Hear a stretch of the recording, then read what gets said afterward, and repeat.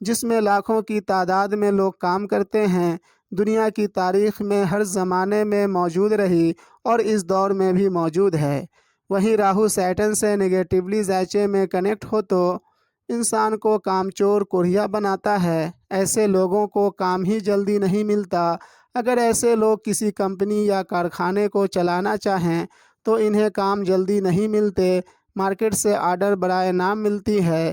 اس کا نمونہ دنیا کے وہ لوگ ہیں جو کام کاج کے لیے اکثر ادھر ادھر بھٹکتے نظر آتے ہیں، اور وہ فیکٹری کارخانے جو کام کی کمی، کام کے آرڈر نہ ملنے کی وجہ سے بند پڑی ہے۔ اگر راہو ذائچے میں مارس سے کنیکٹ ہو تو بڑی بڑی زمینیں ان لمیٹڈ زمینوں کا مالک بناتا ہے۔ اس کا نمونہ وہ لوگ، وہ کمپنیاں ہیں جس کے نام پر ہزاروں ایکڑ زمینیں رجسٹرڈ ہے۔ وہیں راہو مارس سے نگیٹیولی ذائچے میں کنیکٹ ہو تو انسان کو غصے ور بناتا ہے، حد سے زیادہ ہائپر ٹینشن بناتا ہے اور بہت زیادہ لڑائی جھگڑے میں ڈال دیتا ہے۔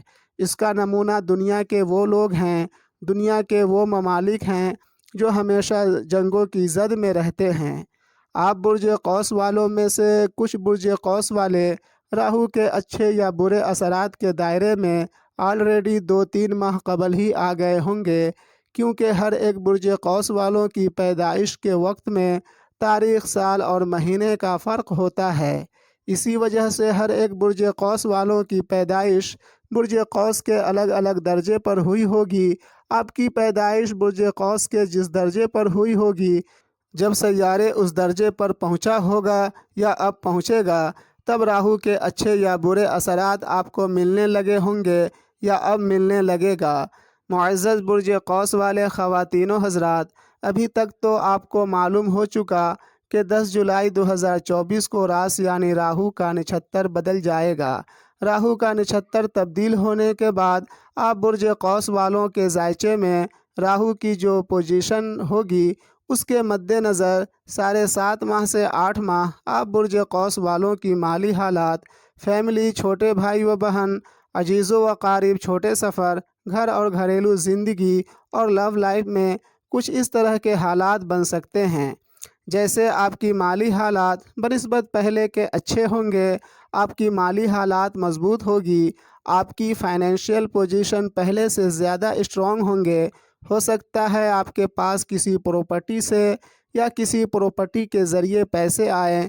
فیملی میں اور فیملی ممبرز کے بیچ آپس میں نزدیکی بڑھے گی، آپ کی فیملی میں پیار و محبت کا اضافہ ہوگا، چھوٹے بھائی و بہن کی سپورٹ ملے گی، سفر سے فائدہ ہوگا۔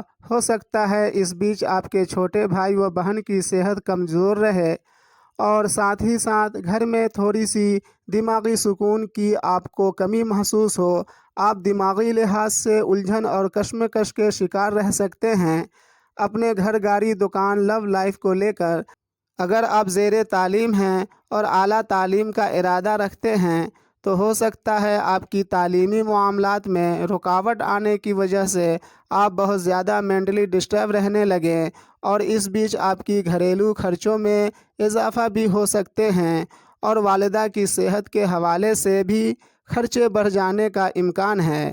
بہرحال اس عرصے میں آپ کی آمدنی میں اضافہ ہوگا، اور وہ برج قوس والے جو نوکری پیشہ ہیں، ان کی نوکری جاب کے حوالے سے 7.5 ماہ سے 8 ماہ کا عرصہ خوش قسمتی اور بدقسمتی دونوں لے کر آنے والا ہے۔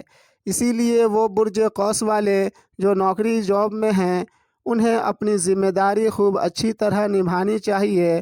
اپنے ورک پلیس پر اپنے کام کو لے کر اچھی طرح ایکٹیو رہیں، کوئی کوتاہی، کسی بھی قسم کی لاپرواہی نہ کریں، اور نہ ہی کسی دوسرے ورکر کے ساتھ کسی بھی قسم کی کوئی حجت تکرار کریں۔